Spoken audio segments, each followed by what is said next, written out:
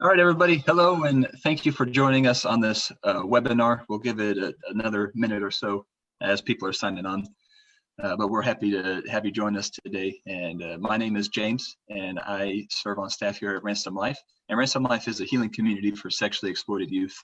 And our vision is to see every exploited youth redeemed and restored. And one of our major focuses at Ransom Life is prevention. And we want to provide information and stories that help bring awareness to parents, to teens, and to the community. And that's what we're about. So joining me today is Muriel and Michele, and they are both medical professionals, as you can see by the letters behind their name. And I am not, as you can see by my name standing there by itself. And I feel smarter whenever I'm on the webinar with these two. And so they're both also volunteers at Ransom Life, and they've created a medical presentation between the two of them that they present through Ransom Life, and we're thankful for that, and they're on our community engagement team. So I'll go ahead and pass it over to them to introduce themselves. Can y'all share a little bit about your background and how you got involved with Ransom Life, and then also about the creation of the medical presentation? Sure, I'll go first. I'm Muriel, obviously. I have been a nurse for, we'll just say, over 35 years in the trauma field, almost exclusively in the trauma field. Several years ago, I started encountering human trafficking issues. It seemed like everywhere I turned. And obviously, I felt that perhaps I was supposed to be pulled in that direction. And it was only after 3 or 4 years of that happening that I came across Ransom Life. And I met with Susan Burkholder, who is the director of our community engagement team with Ransom Life.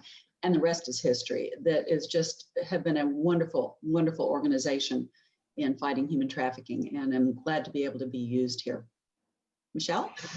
Yes, I'm Michele Douthit, and like Muriel, I'm not going to give away my age and just say I've been a nurse for 35 plus years.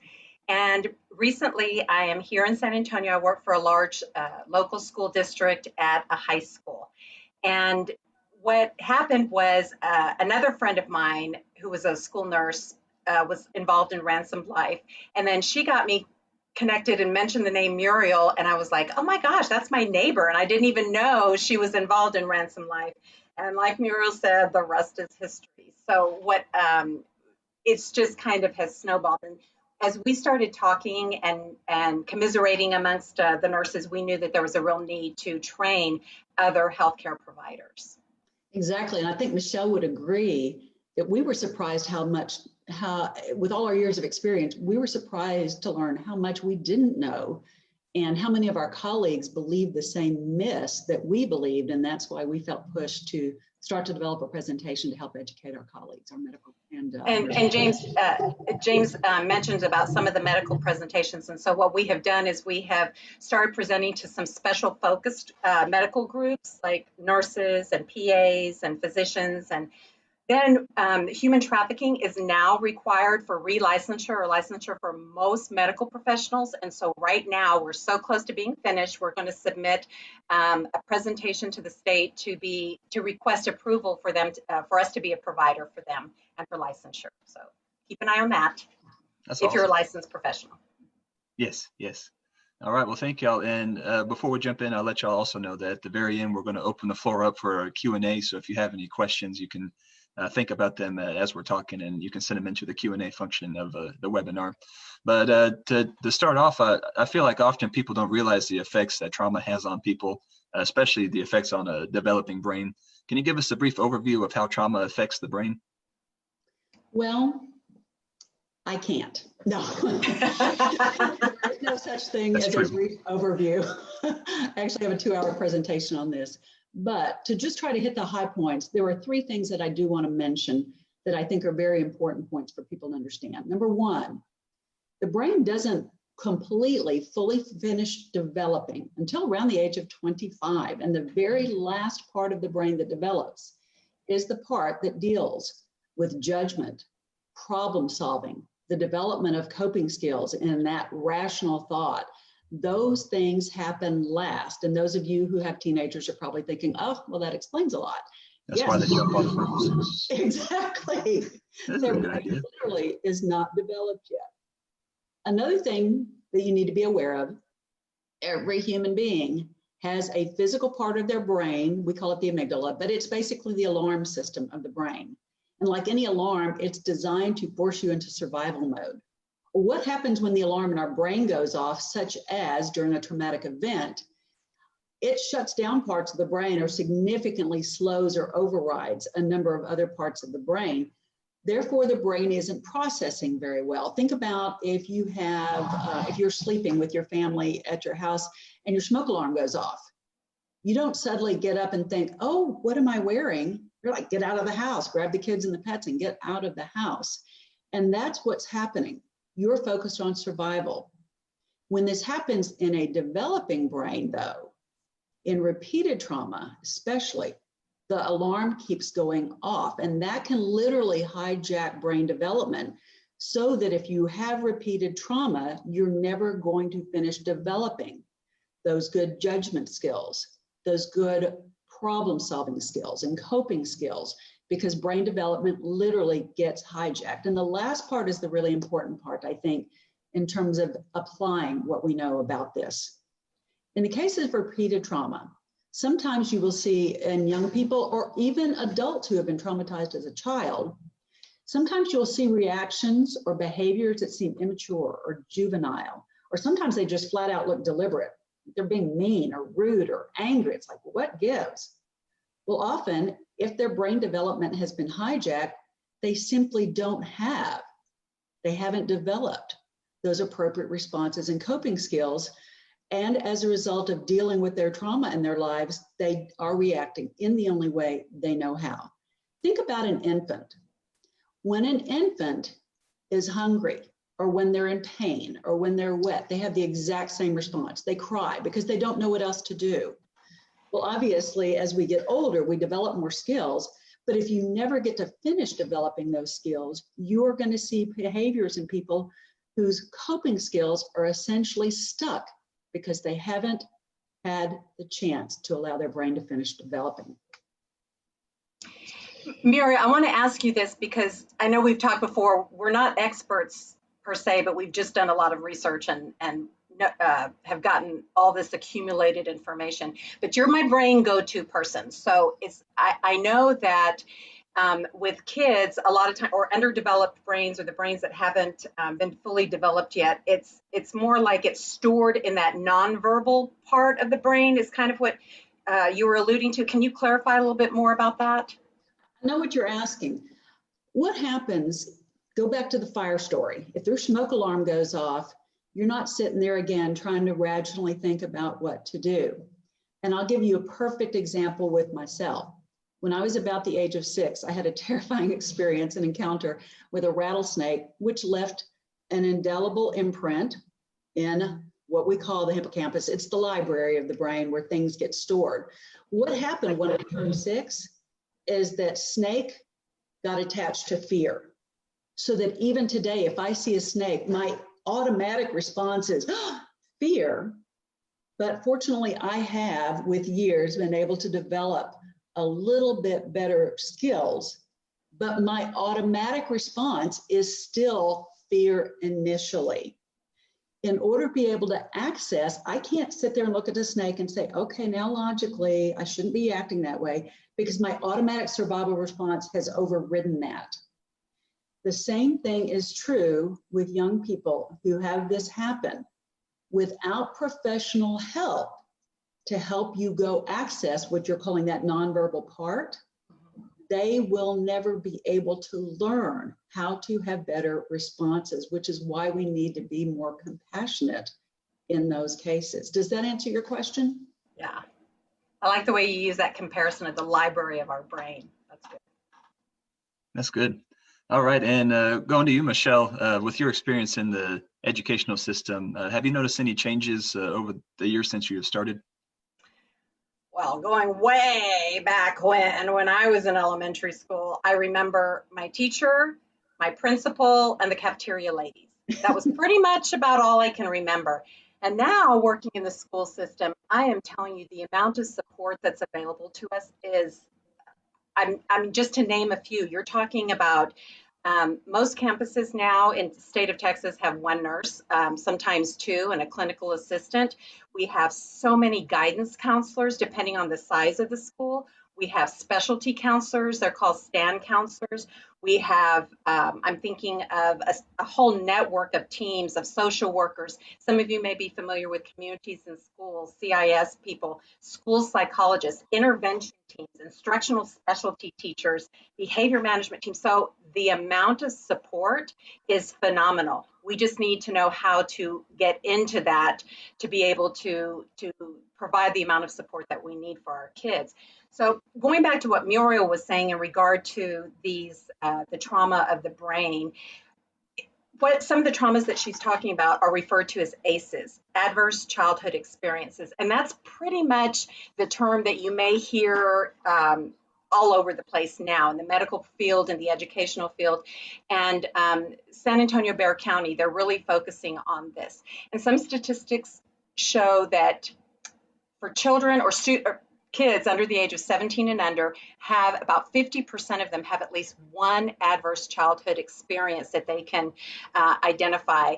The thing is, I took a test not too long ago, and I think I scored like 6 or 7. I was like, oh my gosh. But the good thing is that I have learned and coped with that, and we'll talk about that later on. So the important thing is to know that these adverse childhood experiences, it can be so many different things, because what is trauma to me is not the same as trauma to Muriel. It's not the same as trauma to you, James, but it's how we experience. It's our personal experience of that trauma. So it can be anywhere from violence, abuse, neglect, family members that have committed suicide, a death right in front of you. And we do have some ACEs that are unpredictable things that happen that we don't even have control over. And Michele, so, Can I ask you a question about that? Sure. With everything that's going on right now with COVID, do you think that that is having an adverse childhood experience on some of our kids? That is such a great question, because it is, not to all of them, but to a lot of them it is. Because if you think about what's gone on, the repeated stories in the news, it's kind of this repeated bad news, deaths, numbers. And then you look at some of them that have gone through some personal experiences. I've even had phone calls from some parents that family members have been sick, a family member that was very, very ill. And then you see these whole families in certain counties where they get affected, and then family members die.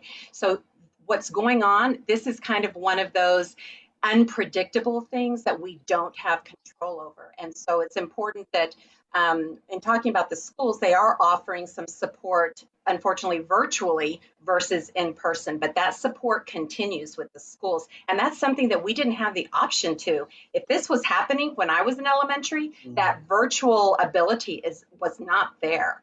So we know that those ACEs are then linked to these chronic health problems. And what is really, really cool, and I love this about Bexar County, is they've developed this consortium, and it's this Bexar County is trauma-informed care focused. So they have, in this consortium, they've gathered all these different agencies, including schools, including physicians, clinics, hospitals, the county health, the city health. And so what they've done is they are bringing this trauma-informed care to the forefront in how we deal with our children and with the health of people nowadays. So one of the things, the challenge is that we want to be able to have everyone trained in this, and Bexar County, that is something that they're doing. But in this trauma-informed care, it accounts for that person's personal history and how to provide services for them, because we want to decrease the amount of re-traumatization. So if you think about if you have a child that has been sexually abused, physically abused, and then you have a police officer that perhaps is not aware of that and maybe touches them away intentionally, but that startle reflex, like that reactions that Muriel was talking about. So if we come across that everyone is treating people as if they have had some kind of trauma, then we are becoming more effective in the care that we have for our children and for the next generation. It's hard because we don't know what those traumas are. So I was talking to Muriel about this. It's almost like in the hospital we had universal precautions where everything that we touched, every liquid, was we took it as potentially infectious. And so what we want to do is, if you can change that idea, because even teachers know about all that bloodborne pathogen training. So we know about universal precautions. And in companies, we do that. So if we change that and look at that, almost everyone that everyone that we come across has been traumatized, then we can treat them the same, and no matter what it was that happened, which has a lot to do with some dual respect and just kind of being kind and being responsive. Now, we're not going to take away, especially in the schools, we're not taking away the consequences, but it's how we process those consequences, how we talk to the situation of it. And we want to look at the fact that it's not why are you doing this, it's or what are you doing. It's more of what is it that's causing you to do this? We want to look at it in a different kind of format. One other thing before I end that question is, for example, in the district that I work at, we have social emotional learning. And so that's part of that trauma-informed care. So there's a lot of training going out there, and that is just teaching kids and individuals that are dealing with it, because we, as providers, as nurses, as teachers, as educators, we have to take care of ourselves as well and work through our own issues before we can help someone else. So in that social emotional learning, we're looking at self-awareness, self-management, social awareness. That's really important. Those relationship skills, technology has kind of taken away some of those relationship skills and those decision making.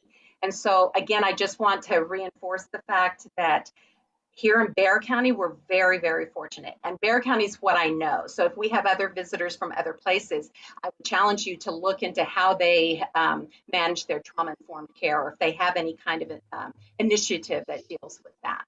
One thing I want to add on to what Michele said, because I think she made a really important point.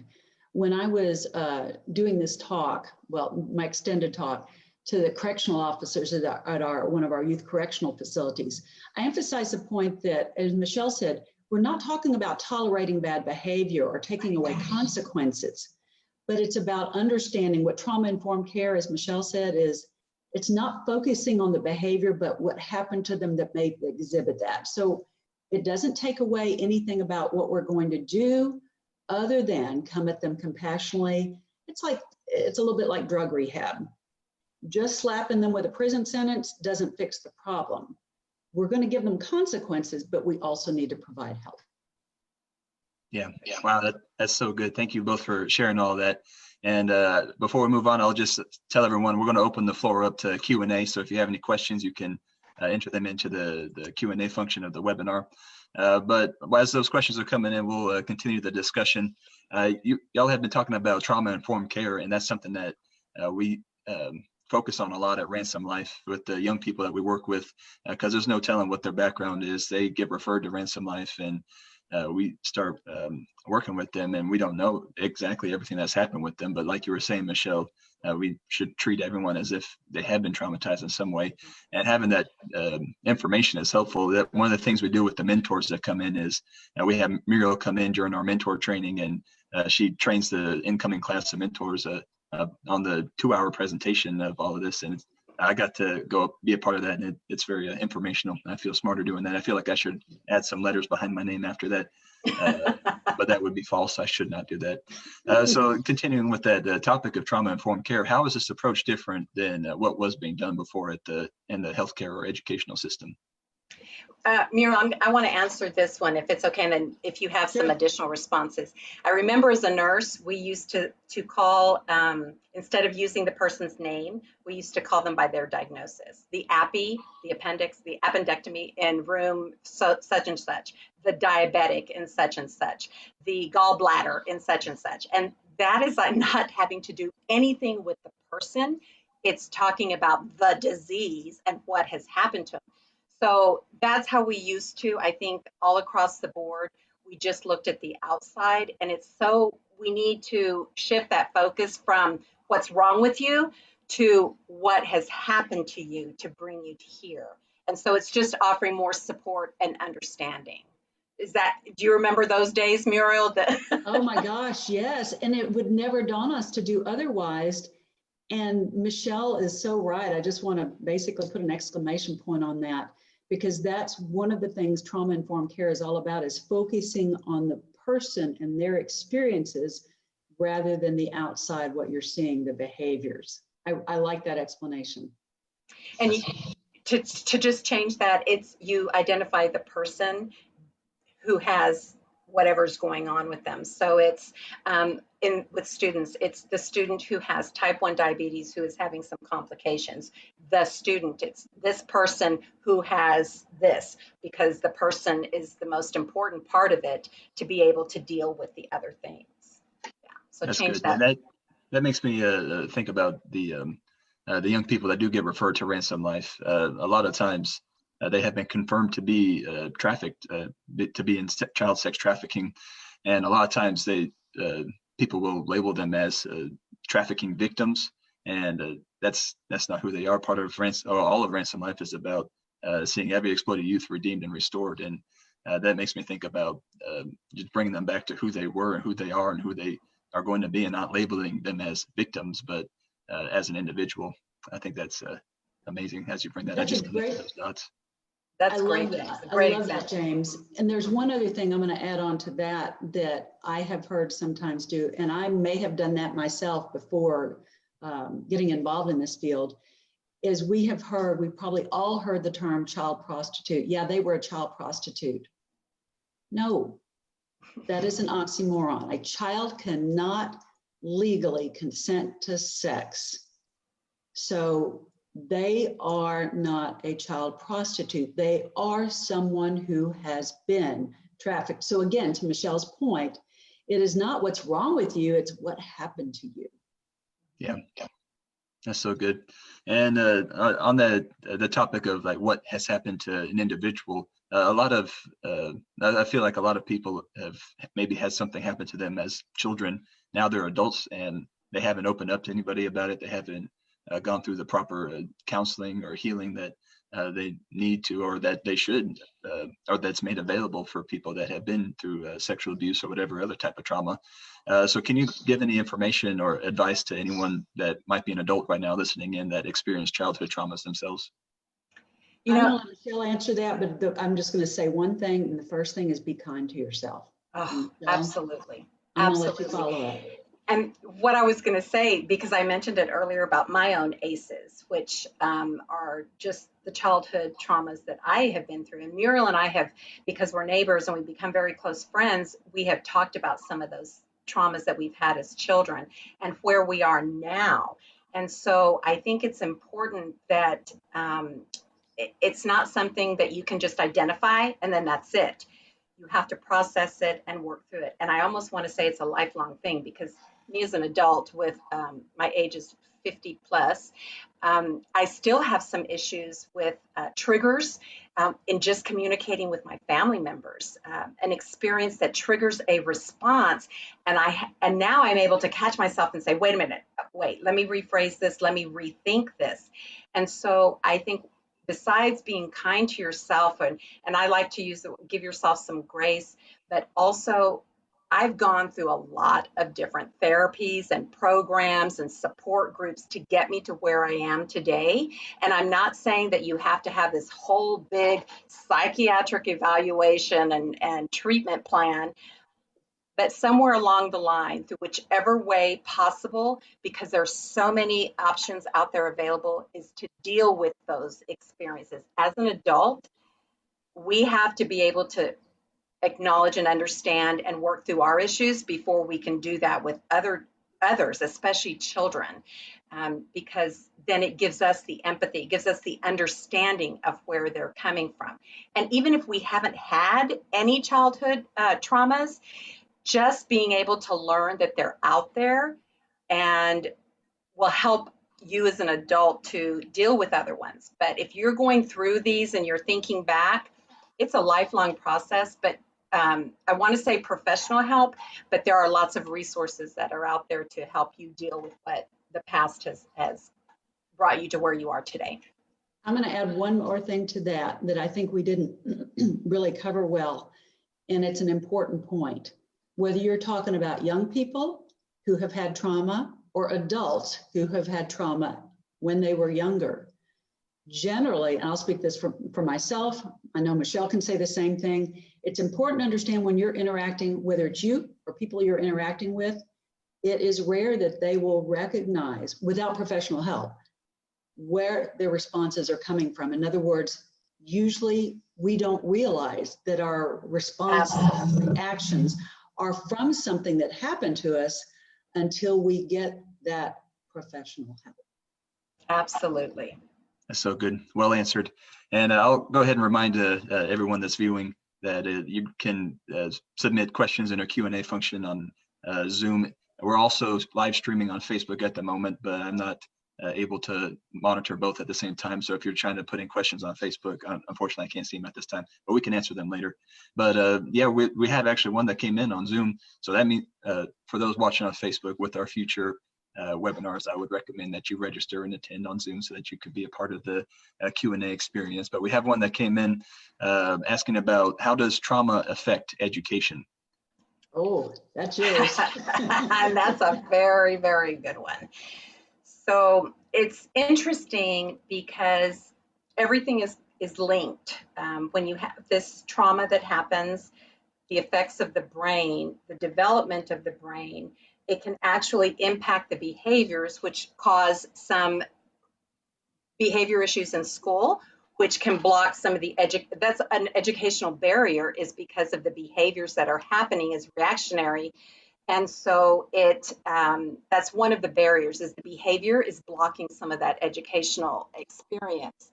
It can also be that some traumas, especially if there's been physical abuse, even anything that can cause like a post-traumatic stress is also a blocking of an educational process.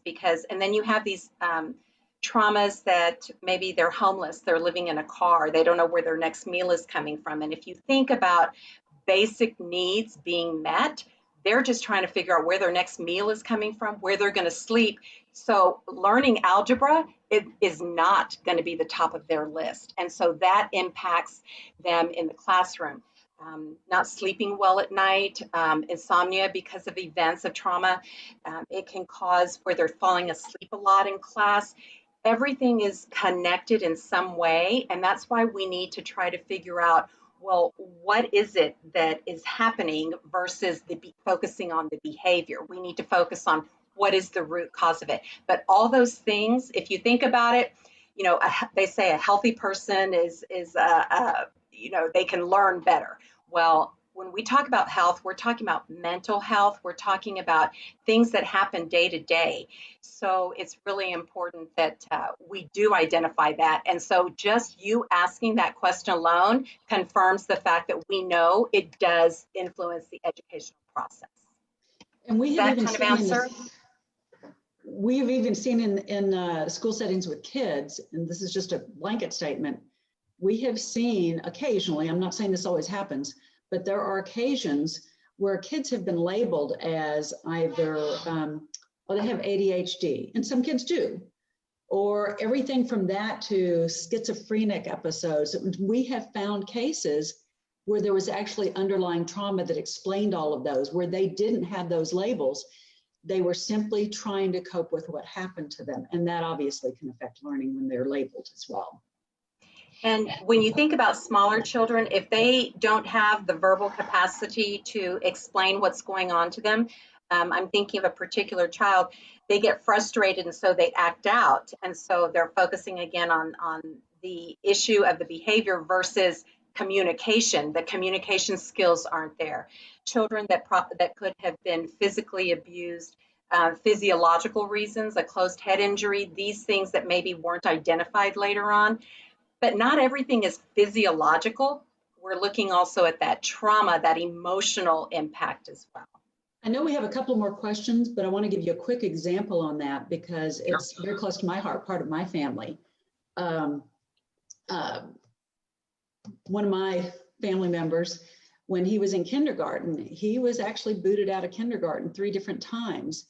And he was in tears after the 3rd time. And as his mom was driving him home, he said, "Mommy, if I promise to have good manners, can I go back to school?" And the thing was, he was having a problem with hitting.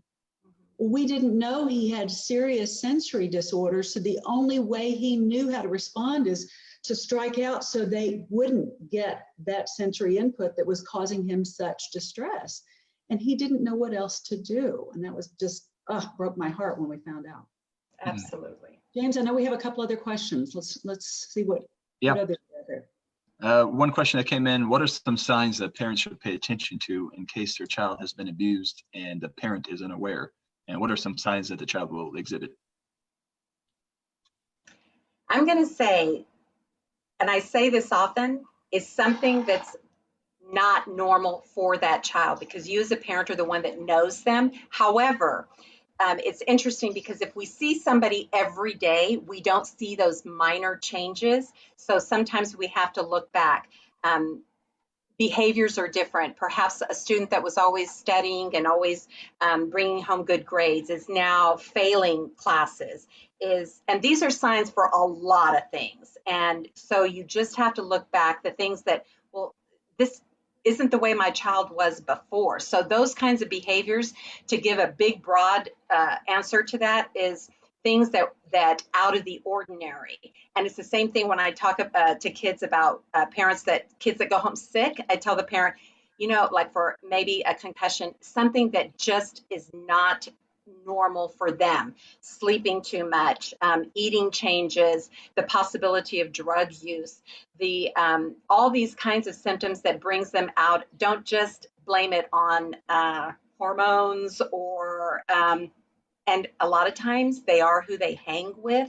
So it's important for a parent to be involved with knowing where their child goes, who they're with, because I'm telling you, they are who they hang with. Because if they hang with kids that do certain things, they're doing it too. They may deny it. So those are the things that I think in a big broad, without going into another 2-hour lecture of all the things that could be signs and symptoms of things, is be very aware. And there's just so much more information. I just want to be, in case we start to lose time, there's a lot of presentations that Ransom Life is involved in, and just for the general population on technology, the lures and lies. All these aren't just for behaviors of trafficking. These are because a lot of this starts with this underlying issue that broadens to, okay, it's drug abuse or trafficking or suicidal tendencies. So I love that these programs, these presentations, I want to encourage you, if you haven't already, to attend one of these sessions because they're just phenomenal. And for the medical presentation, if you're a medical professional or even an educator, a lot of these things are very beneficial to get that basis of information. So we don't have enough time, but that's it in a nutshell.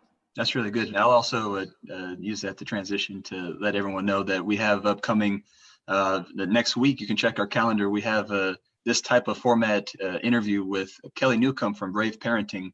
Brave Parenting is all about just bringing information to parents, and she has a lot of great information on the different technologies out there and social media platforms your children might be on, but it's all tied back to creating character in your children. And so I highly recommend that. Go ahead. I'm going to interrupt with you, James. Whoever asked that question, I think it would be really great if they attended that, because even just her information, I've never heard her speak, but just her information alone is phenomenal.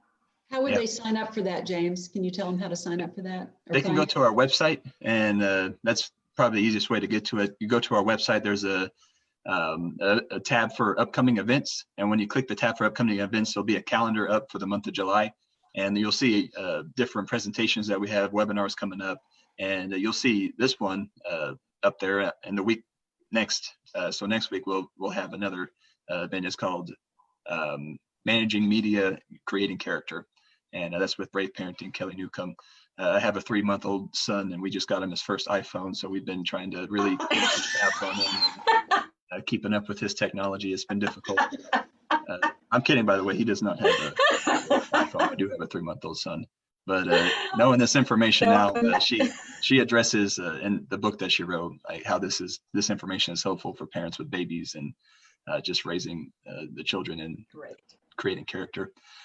So that's helpful. We have a few more minutes, so I'll have a couple more questions that came in, or one more question that came in as of right now. How often does substance abuse walk within this topic? Michele, that's kind of your area too. Well, and you can add into this about self-medicating. And so a lot of times you have heard that term of self-medicating. And what they do is they don't, I've even have kids that I've assessed for drugs, and it's like, well, I don't even like to smoke dope, but I like the way it makes me feel. You know, it relaxes them if they have tension and anxiety. I try to educate them on what they're putting into their bodies that could be toxic, but they tend to self-medicate to make themselves feel better, to forget certain things, to not have to cope, to not have to deal with things. And so drug abuse, going all the way from alcohol to hard drugs, it's a tendency to self-medicate to block away those traumas that have happened to them. You have a small percentage that get into it because their friends get into it, and then through time they get more addicted to it. But the majority of them are self-medicating, and you see a lot of that going on, especially. Well, I don't want to say more girls or boys, but it's the self-medicating. Muriel, do you want to respond to that? Yeah, we talked about earlier about kids who experience repeated trauma. They're trying to survive. Your brain can't live in that state. Your brain cannot live in that constant survival mode with an alarm that keeps going off all the time. You cannot. So you have to find some way of escape. Some kids will cut. Some kids will start doing drugs. Some kids will do alcohol. Some kids will overeat. There are all sorts of outlets for self-medicating, but it's all, as Michele said, it's all an attempt to try to divert from that pain.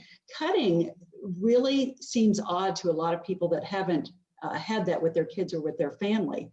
But essentially, the pain that cutting causes, it's trying to distract them from the other pain that they're feeling. And as weird as it sounds, it's kind of an attempt to try to gain control over an uncontrollable situation. Oh, perfectly said. That's great. Yes. Good.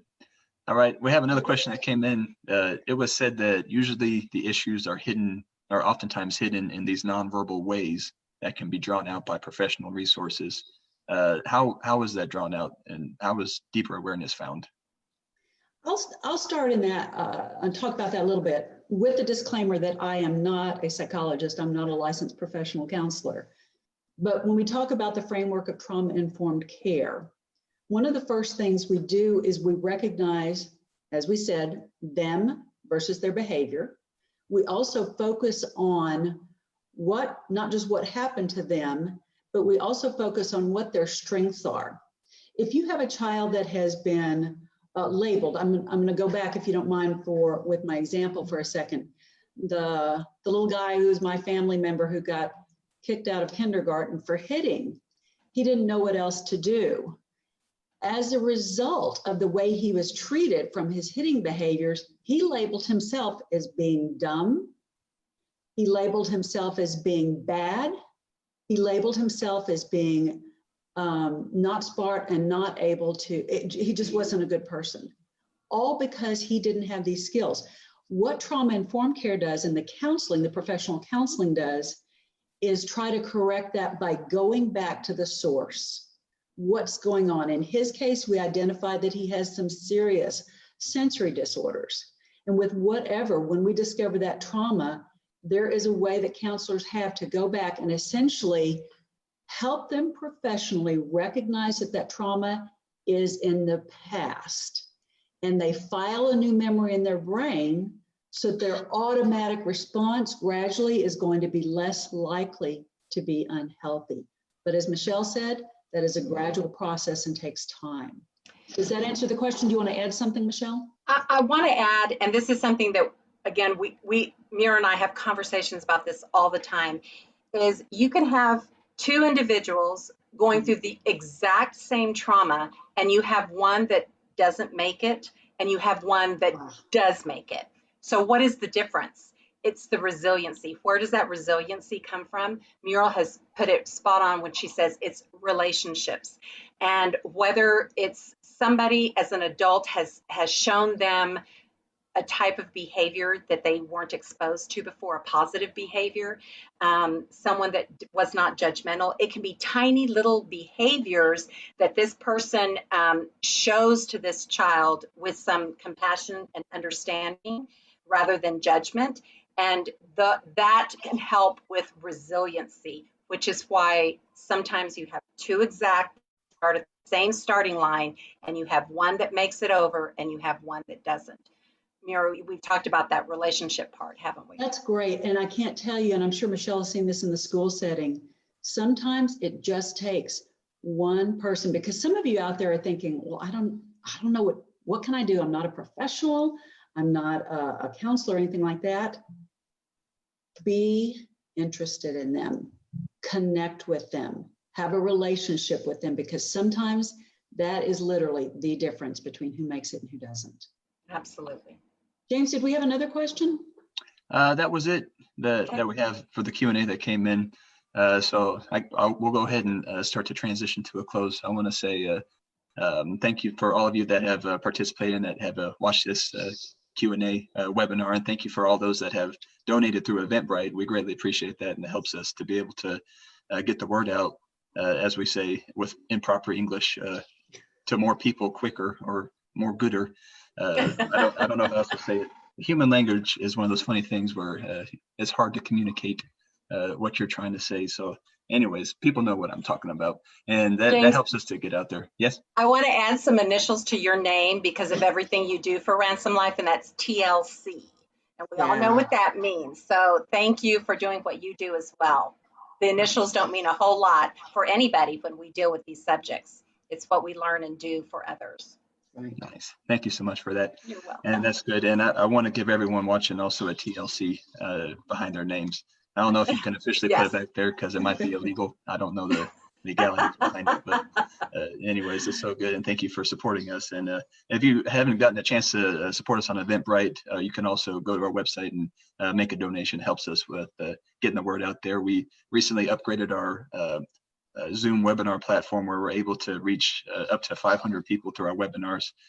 We've been partnering with the Bexar County Sheriff's Office, and when he comes aboard, he brings a lot of people to bring this information out. And so we're thankful for our partnerships with them, and also with the YMCA and other organizations that we're able to partner with. So thank you for all you've done, and I'll say thank you to Muriel and Michele for being a part of this and bringing this information out. I think this was really helpful. This was a snapshot of trauma to the brain. So I would encourage y'all to go back and listen to it. We have it up on our Facebook page now, and and reach out to us for more information or any questions that you might have. So I want to thank our audience for being interested. Absolutely. Because it starts with you. So thank you. Thank you. Thank you. Yes. Thank you all very much for your interest.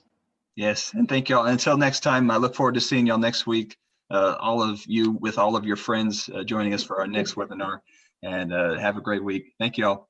Bye. Take care, everybody. Be safe.